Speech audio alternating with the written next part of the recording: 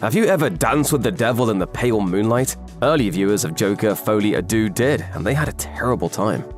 In 2019, Joker danced into theaters with a $96 million domestic opening weekend, blowing away all expectations and propping it up to shoot past $1 billion in total worldwide receipts by the time the laughter died. Joaquin Phoenix dazzled, stunned, and horrified audiences as Arthur Fleck.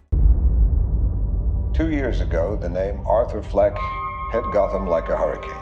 With that kind of box office haul, a sequel was all but guaranteed. Joker Folie A Deux made its world premiere at Venice Film Festival in early September, ahead of an October-wide release. The sequel co-stars Lady Gaga as Lee Quinzel, aka Harley Quinn, who becomes Fleck's partner in chaos and crime.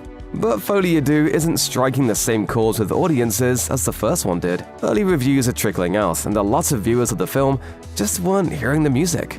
Taking to X, one person wrote, "Joker 2 is a shallow mess. It may be beautifully shot with great performances from both Gaga and Phoenix, but it's all wasted on a story actively wanting to put off fans of the Joker. The musical numbers are awkward and drag the film. Issues with the many song and dance numbers were a recurring theme." Another person agreed when they said, "The musical scenes felt like they were there to pad out the runtime. You could edit out all the musical scenes and the movie would be shorter, but also flow better without issue. You wouldn't even notice." I got the sneaking suspicion that we're not giving the people what they want. Even when fans directed praise at other aspects of the film, the music still came to the forefront. Yet another reviewer on X wrote, "There are strokes of genius in Joker 2, but I wish someone had the guts to tell Todd Phillips that a musical was a mistake."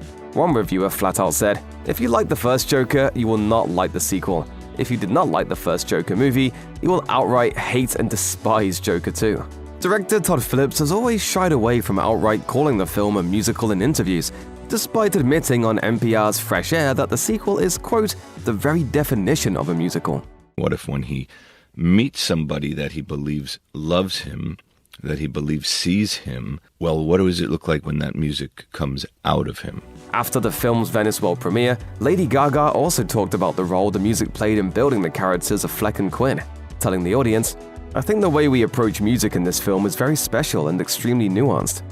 I wouldn't necessarily say that this is a musical. In a lot of ways, it's very different." Judging by the reviews, nuance wasn't the takeaway for the majority of viewers. That said, there are still plenty of people who enjoyed the film. One particular highlight of both the positive and negative reviews was the performances of Phoenix and Gaga. But even with all that considered, the consensus seems to be that there was no point to a sequel in the first place. Critics were starry-eyed over the first film, and its grounded, unique approach made it feel like a one-and-done deal.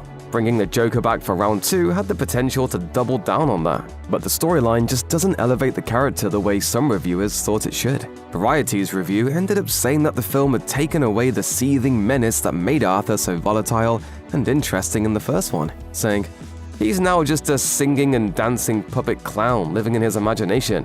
Is that entertainment?"